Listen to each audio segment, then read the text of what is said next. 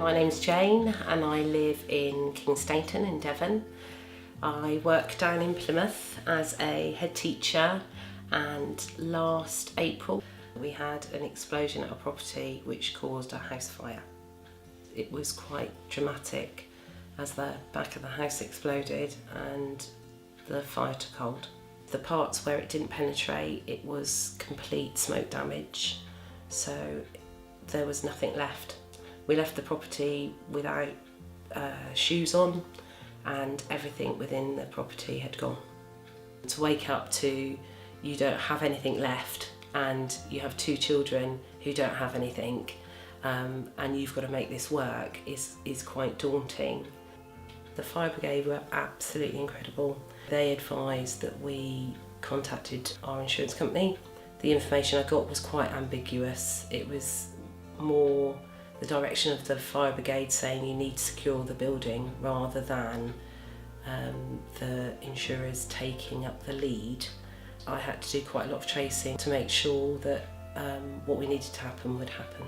The next morning there was a knock at my neighbour's door, and a very nice gentleman called Graham turned up and introduced himself, and he worked for a company, Morgan Clark, and said, "I've heard that you've had some quite devastating news."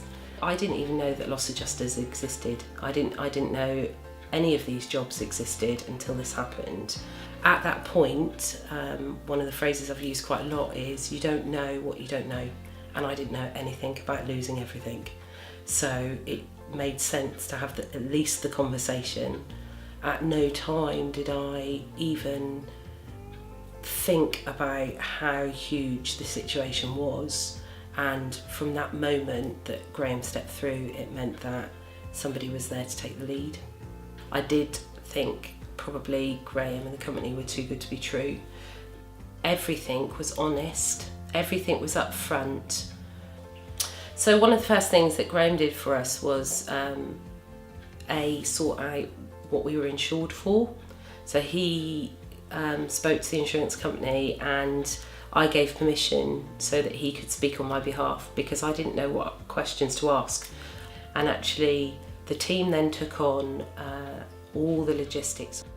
Mike and David had to take over for me and say, we'll look at the pricing on this, we'll speak to the people that we need to speak to, and all we need is your say so. All of that anxiety was taken away.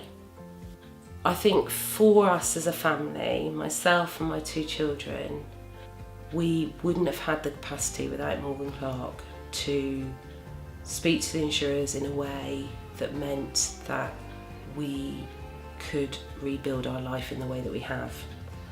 Every step of the way we had somebody to hold our hand, which meant that accommodation was sorted, but also financially they made sure that the insurance company gave us what we paid all these years towards. What Morgan Clark did for us meant that we could effectively restart the journey of our life as it was, from a place where we were originally. If I could go on this journey again, would I recommend working with Morgan Clark completely to make sure that my family was okay?